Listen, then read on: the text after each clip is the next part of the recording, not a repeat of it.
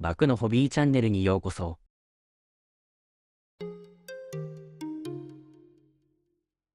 今回は前回に引き続き縦型風力発電機を安全に使用するための風荷重と強度計算を行った様子を紹介します。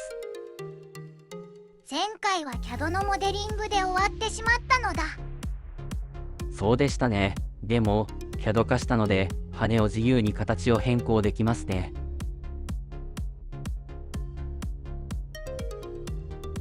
前回のおさらいを軽く紹介すると、CAD で直線翼のモデリングを行い、風力発電機の受圧面積を求めました。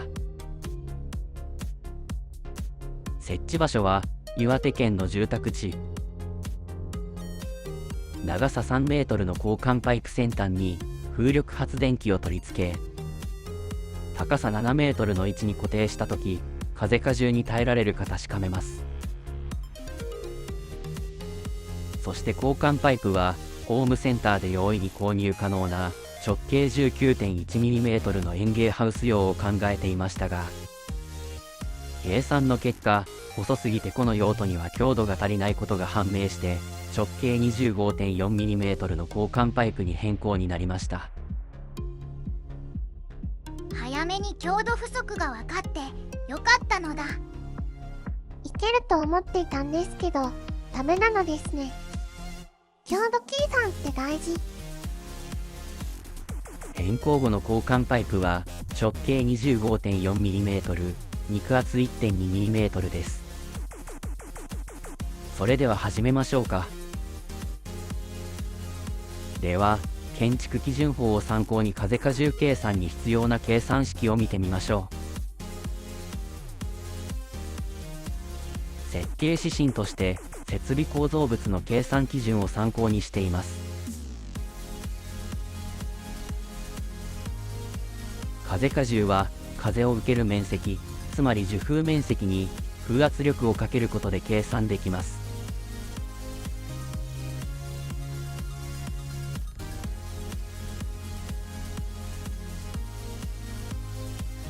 設計用速度圧と基準風速は建設省告示1454号を参照することになります。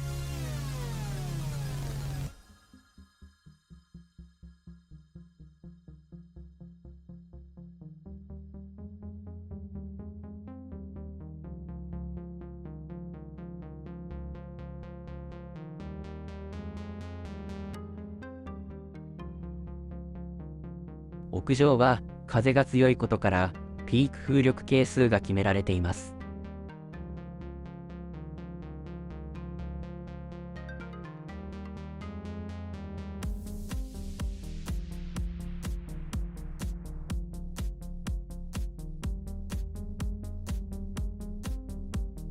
ここからはいくつか計算例があり、とても参考になります。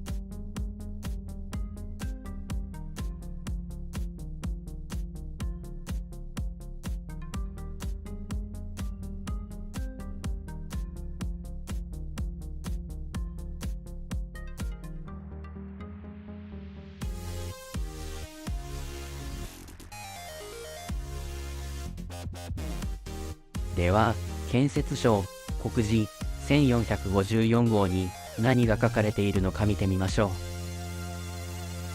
ワクワクするのだ。猫にもわかるかな？う。何が書いてあるかというと、地面からの高さや地表の凹凸による突風のための補正係数、日本の各地域ごとに決められた基準風速が規定されています。あとは屋根や建物、煙突の形状などの補正係数が規定されています。では、実際に見てみましょう。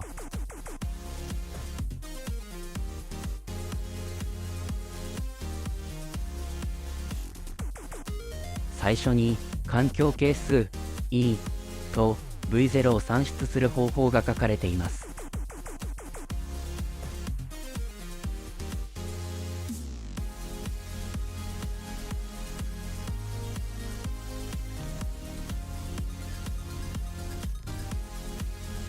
そして各地域ごとの基準風速 V0 がここから記載されています。全国基準は風速毎秒30メートルで、それより風の強い地域が記載されています。ちなみに秒速40メートル以上は東京都と鹿児島、沖縄県、高知県が上位ランクイン。高知県の室戸市は秒速40メートル、東京都の八丈島、小笠原島は秒速42メートル、鹿児島県の屋久島は秒速44メートル、沖縄県は全域秒速46メートル。強い。今回計算に使用した柱形状の補正係数はここに記載されています。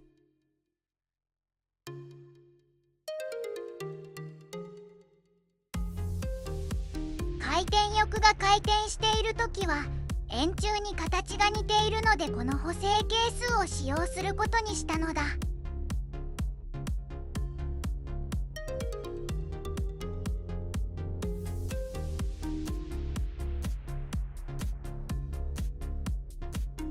では、風荷重と風荷重による交換パイプのたわみ、そして交換パイプが曲がる風速を計算します。以前、プロペラ型風力発電機の風荷重計算に使用したプログラムをリサイクルします。確か Python で書きましたね。プログラムを書き換えて、高さや交換パイプの長さを変えながら、風荷重に耐えられるか試せるようにしました。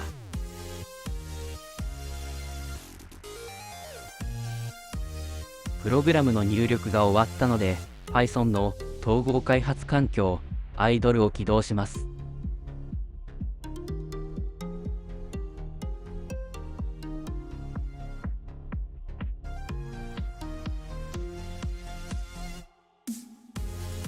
風荷重の計算は屋外建築設備として計算し、基準風速は秒速30メートルから毎秒100メートルまでを計算してみます。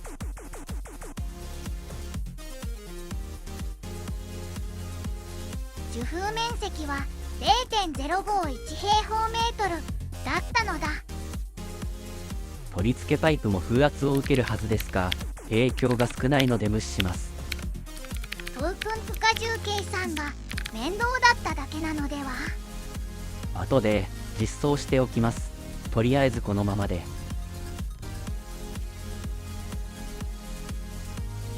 風力発電機を交換パイプ先端に取り付けて設置が可能か計算してみます。どうでしょうか。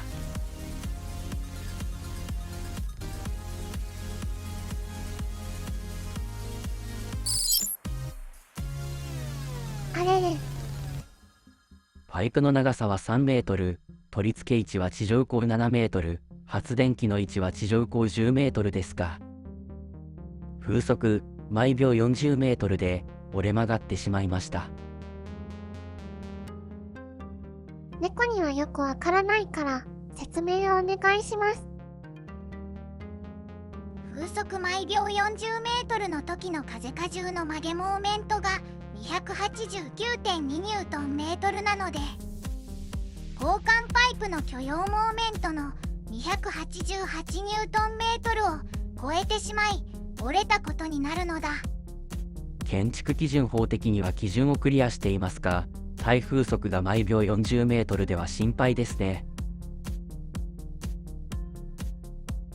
取り付け高さはそのままに、パイプの長さを2メートルにしてみましょう。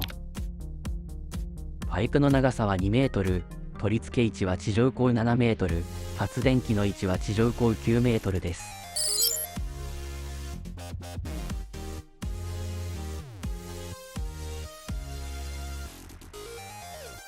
どうでしょうか。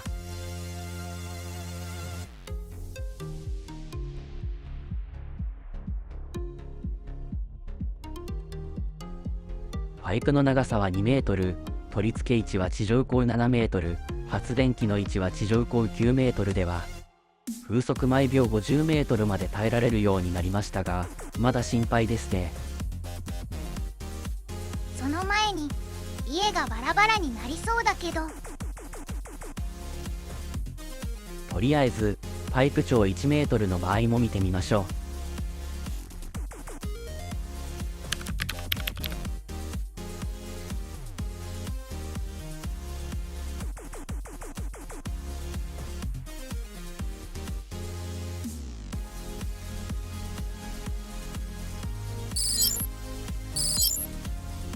パイプの長さは1メートル、取り付け位置は地上高7メートル、発電機の位置は地上高8メートルでは、風速毎秒72メートルまで耐えることができますね。この辺で許して差し上げて。そうですね、十分だと思います。この時の回転翼には 30kgF の風荷重がかかるんですね。多分壊れてしまうのだ。ところで、風力発電機の位置が8メートルって低くないですか？屋根の下なのでは？そうだったのだ。確かに。取り付け位置を変えて発電機の高さの10メートルをキープした場合も計算しておきますか。パイプの取り付け位置は地上高10メートル、パイプの長さは3メートル、発電機の位置は地上高13メートルから始めましょうか。パイプ長3メートルの時は確か風速毎秒40メートルまで耐えられたのに39メートルに下がりましたね。発電機の位置が3メートル高くなった影響ですか。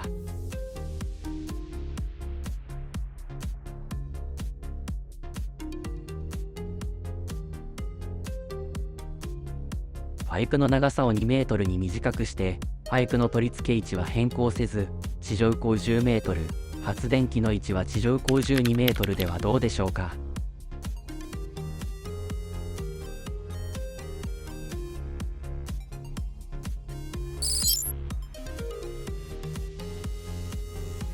耐風速が風速毎秒48メートルまで下がりました。風速毎秒50メートルから風速毎秒48メートルのダウン。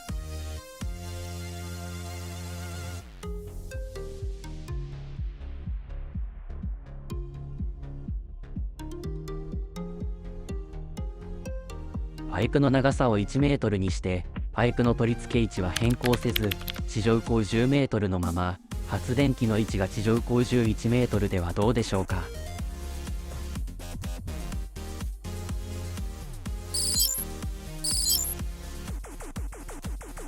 耐風速性能が風速毎秒72メートルから風速毎秒69まで下がりましたが現実的かもしれません。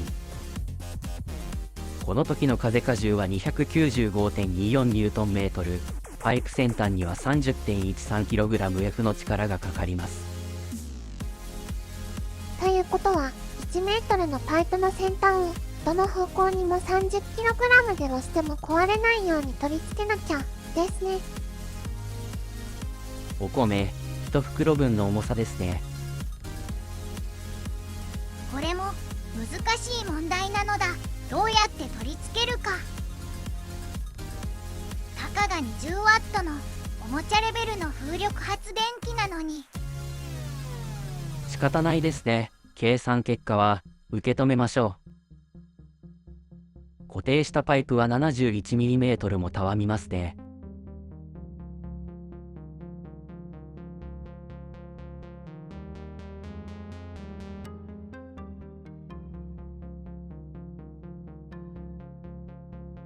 さて、参考までに、岩手県の基準風速 V0 が風速毎秒30メートル付近の計算値を確認しておきましょ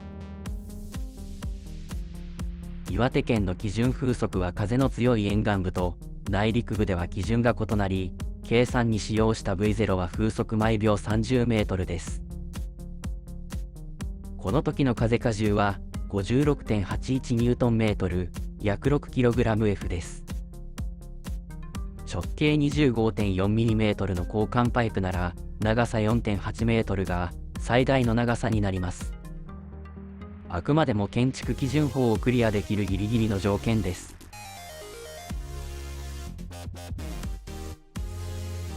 いかがだったでしょうか。まとめると、この風力発電機なら地上高10メートルの位置に直径 25.4mm の長さ1メートルの交換パイプを使うと風速毎秒69メートルまで耐えられます。そして設置する場合はできるだけ太くできるだけ短いパイプで取り付けたいものです。固定方法はいろいろあると思いますが、強度のある金具で補強すると良いかもしれませんね。飛ばされて隣の家屋に刺さったら目も当てられないのだ。ここは隣の家まで数百メートル離れているし、周りはうちの田んぼだから大丈夫。いかがだったでしょうか。今回は Python による風荷重計算を中心にお届けしました。最後までご視聴いただきありがとうございました。計算式だらけだったので、脳みそのご褒美に黒飴を舐めておいてくださいね。